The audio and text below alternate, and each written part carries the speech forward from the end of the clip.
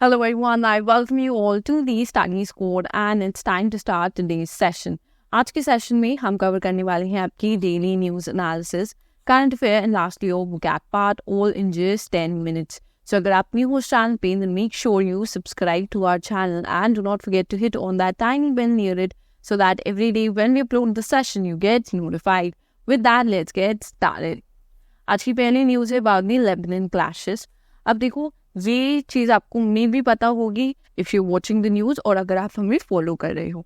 अब ये क्लैशेस जो आपके चल रहे हैं ये लेबनान और इजराइल के बीच में चल रहे हैं एंड द रीज़न ये है कि आप जो ये सदर्न पोर्शन देखोगे लेबनान का दिस पोर्शन कि आपको ऑक्यूपाई कर रखा है एक मिलिटेंट ऑर्गेनाइजेशन ने and the name is Hezbollah ने ये आपको ऑक्यूपाई कर रखा है.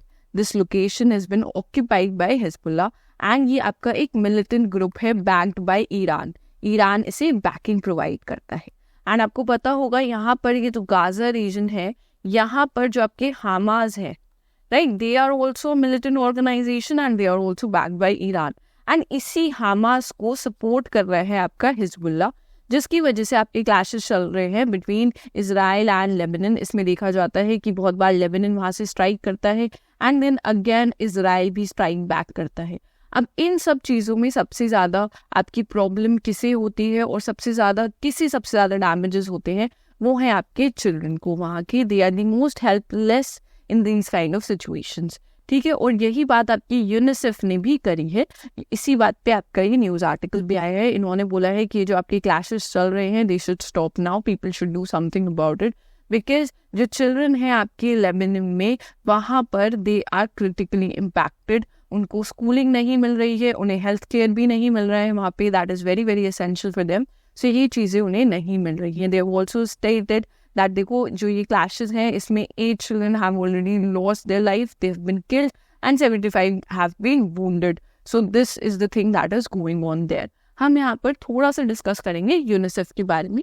स्टैटिक का पार्ट है ये आपका, थोड़ा सा बस we'll just discuss about it. What is UNICEF? This stands for United Nations Children's Fund. ठीक है, ये आपका स्पेशल प्रोग्राम है under the United Nations devoted to aiding national efforts to improve the health, nutrition, education and general welfare of children. So children के लिए totally dedicated आपकी ये organisation है. अब देखो 1946 में ये क्रिएट हुई थी. उस टाइम पर ये क्रिएट हुई थी as the international children's emergency fund. So emergency fund की तरीके से ये क्रिएट हुई थी 1946 में. उस टाइम पर क्या था आपकी वर्ल्ड वॉर 2 एंड हुई थी. सो उसमें जो आपके चिल्ड्रन थे उन्हें हेल्प करने के लिए इमरजेंसी फंड क्रिएट हुआ था. इसके नाम से उस टाइम में क्रिएट हुई थी और बाद में देखा गया कि आपका परमानेंट पार्ट बन गई है यूनाइटेड नेशंस का इन 1953. हेडक्वार्टर्स है इसका न्यूयॉर्क सिटी में एंड इंडिया में इसने वर्क करना स्टार्ट किया था in 1949. Okay, so remember the year as well. Next news पे आएंगे. नेक्स्ट न्यूज़ आपकी जर्मनी से रिलेटेड है. अब देखो जर्मनी में 2023 में यहाँ की गवर्नमेंट ने पास किया एक act. The name of the act is supply chain act. So सबसे पहले आपके लिए इंपॉर्टेंट हो जाता है अगर क्वेश्चन आता है कि सप्लाई चेन एक्ट किससे रिलेट करता है, किस कंट्री से, सो वो जर्मनी से रिलेट करता है. सो पहले ये याद रखेंगे. अब सप्लाई चेन एक्ट क्या है वो स्टडी करेंगे. इस एक्ट के अंडर क्या है, आपकी जो गवर्नमेंट है जर्मनी की वो एक्सपेक्ट करती है कि वहाँ की जो ऑर्गेनाइजेशंस है like the small medium enterprises, ये जो ऑर्गेनाइजेशंस है ये बहुत बार देखा जाता है. देखो आपकी जो SMEs है ये बहुत बार अपना रॉ मटेरियल्स बाहर से सोर्स करती हैं राइट. ये बहुत अलग अलग कंट्रीज से अपना रॉ मटेरियल सोर्स करती हैं. लाइक दे हैव सेड कि चाइना से ले लिया उन्होंने, ठीक है, अफ्रीका से ले लिया, साउथ अमेरिका से ले लिया. सो ऐसे किसी और कंट्री से रॉ मटेरियल सोर्स किया जाता है बहुत बार. अब गवर्नमेंट क्या एक्सपेक्ट कर रही है जर्मनी की, वो एक्सपेक्ट करती है कि जो ये आपकी ऑर्गेनाइजेशन है दी स्मॉल मीडियम एंटरप्राइज, ये क्या करे, ये चाहती है कि जहाँ से भी आप ये रॉ मटेरियल ले रहे हो आपको इंश्योर करना है, इन ऑर्गेनाइजेशंस को इंश्योर करना है कि जहाँ से ले रहे हैं वहाँ पर जो आपके लेबर लॉज हैं वो इम्प्लीमेंट किए जा रहे हैं. वो लेबर लॉज अच्छे से वहाँ पर इम्प्लीमेंट किए जा रहे हैं. जो लेबरर्स हैं उनकी कंडीशंस काफ़ी अच्छी हैं.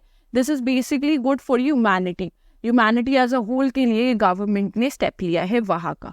ठीक है, ताकि और जो कंट्रीज हैं वहां पर भी लेबर लॉज फॉलो हो और ह्यूमैनिटी बनी रहे। इसके लिए देखो इन्होंने ये एक्ट आपका इम्प्लीमेंट किया था वहां पर। बट अब करंट सिचुएशन क्या देखी गई है? करंट सिचुएशन देखी गई है कि जो आपकी ये स्मॉल और मीडियम कंपनीज है इनको बहुत लॉसेस हो रहे हैं। इन पे क्या हो रहा है? इन पे बहुत ज़्यादा आपका ब्यूरोक्रेटिक प्रेशर बन गया है। इन पे जो प्रेशर है वो काफ़ी ज़्यादा इंक्रीज हो गया है फ्रॉम द ब्यूरोक्रेसी, बिकॉज इनके लिए या ये सब चीज़ें इंश्योर करना कि वहाँ पर लेबर लॉज फॉलो हो रहे हैं नहीं हो रहे हैं, इसकी एग्जैक्ट डिटेल्स लेना, that is very tough for them. Plus बहुत बार देखा जाता है कि कंपनीज अपना रॉ मटेरियल बहुत सारी अलग अलग प्लेसेस से लेती हैं। कुछ छोटी कंपनीज भी हो सकती है, कुछ बड़ी कंपनीज भी हो सकती है। सो उसमें टू इंश्योर दैट वहाँ पर सब प्लेसेस पे आपके लेबर लॉज फॉलो हो रहे हैं, that is very tough for them. And इस वजह से वहाँ का ब्यूरोक्रेटिक प्रेशर उन पर बहुत ज़्यादा इंक्रीज हो रखा है अभी।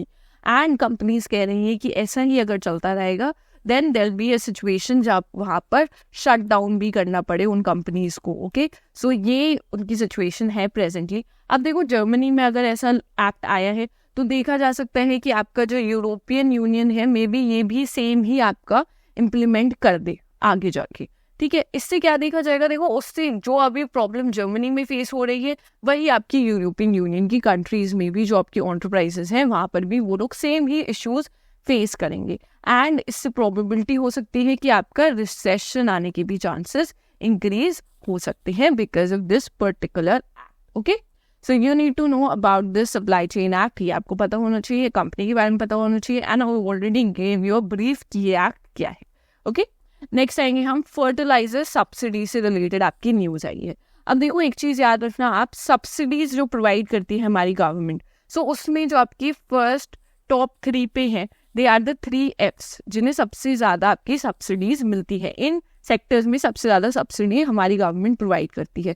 पहला है आपका फूड जिसमें सबसे ज्यादा सब्सिडी है, देन आता है आपका फर्टिलाइजर्स, एंड फिर आता है आपका फ्यूल जिसमें सबसे ज्यादा सब्सिडी गवर्नमेंट देती है। अब देखो क्या आया है न्यूज में आया है कि जो फर्टिलाइजर्स की सब्सिडी है वो एक्सीड हो गई है for this particular year. Reason क्या है इसका? हमारा मेन पर्पस है कि हम रीजन स्टडी करें। रीजन क्या है? रीजन क्या हो सकता है? पहला रीजन है कि आप यूरिया पे बहुत ज्यादा डिपेंडेंट हो। यहाँ पर जो फर्टिलाइजर हम सबसे ज्यादा यूज करते हैं दैट इज यूरिया। सो हम यूरिया बहुत ज्यादा यूज करते हैं और वहां पर आपकी नेचुरल गैस का यूज होता है टू प्रोड्यूस दैट।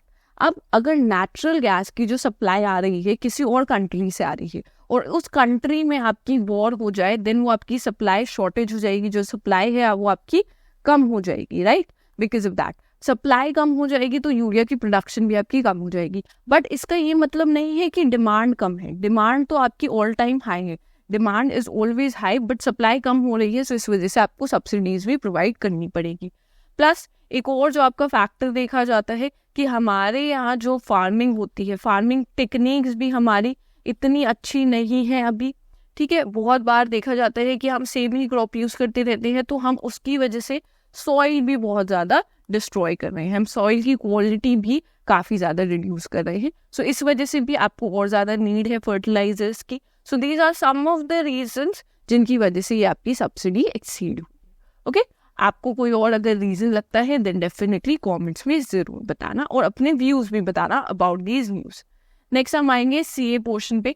अब रिसेंटली कौन सा इंडियन इंस्टीट्यूट है that has introduced innovative 3D printed dummy ballot unit. Okay, so कौन सा इंस्टीट्यूट है? दैट इज IIT गुवाहाटी, जिसने आपका ये डमी बैलेट यूनिट प्रोड्यूस किया है। आप यहाँ पर इमेजेस देख सकते हो, this is the front side, that is the back side of it. Next आएंगे हम वर्ल्ड्स लार्जेस्ट एयरपोर्ट प्रोजेक्ट। अब किस सिटी ने ये ग्राउंड ब्रेकिंग न्यूज निकाली कि हम वर्ल्ड का लार्जेस्ट एयरपोर्ट प्रोजेक्ट बनाएंगे, मतलब वर्ल्ड का लार्जेस्ट एयरपोर्ट वहां पे बनने वाला है। सो ये है दुबई, जहां पर बात की गई है कि वो बनाने वाले हैं वर्ल्ड का largest airport. Okay, so this is all मखतूम international airport की बात की गई है। यहाँ पर 260 मिलियन पैसेंजर्स अकोमोडेट कर पाएंगे। ये 400 टर्मिनल गेट्स होंगे और 5 पैरेलल रनवेज होंगे इस एयरपोर्ट में। नेक्स्ट आएंगे हम गोल्डमैन एनवायरमेंटल प्राइज 2024। ठीक है, अब इसे किसे दिया गया है? देखो यहाँ पर आपके 6 लोग हैं जिन्हें दिया गया है, एक इंडियन है जिन्हें ये दिया गया है। So the name is Alok Shukla, नाम याद रखेंगे आप। This Goldman environmental prize को हम ग्रीन नोबल प्राइज भी कहते हैं।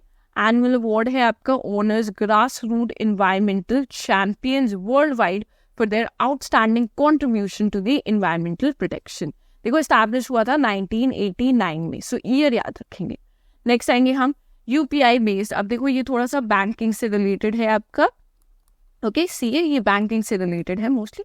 सो एक कंपनी है जिसने रिसेंटली लॉन्च किया है आपका innovative UPI based scan and pay service, challenging the incumbents like PhonePe, Google Pay and Paytm को चैलेंज करने के लिए आया है मार्केट में in the offline payments fair.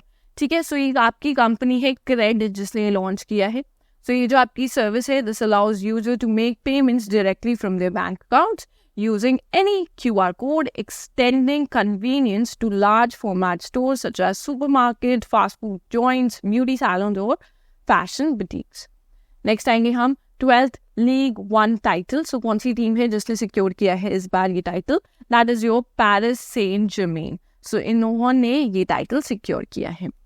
Next आएंगे हम आपके टॉप 4 गैप वर्ड्स पे। ये जो आपके वर्ड्स है ये भी न्यूज़पेपर में से ही आते हैं।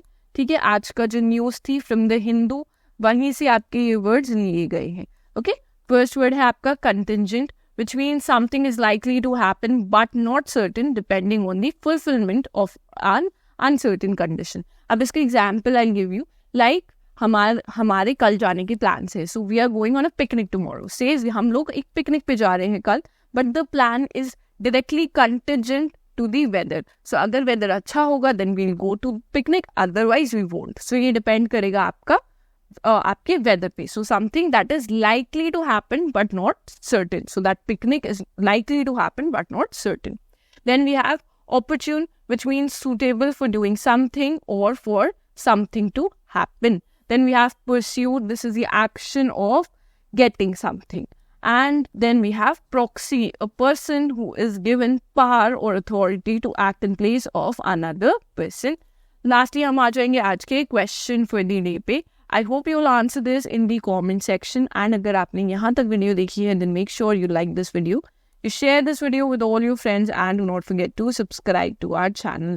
With that, we'll end the session here. Thank you for watching.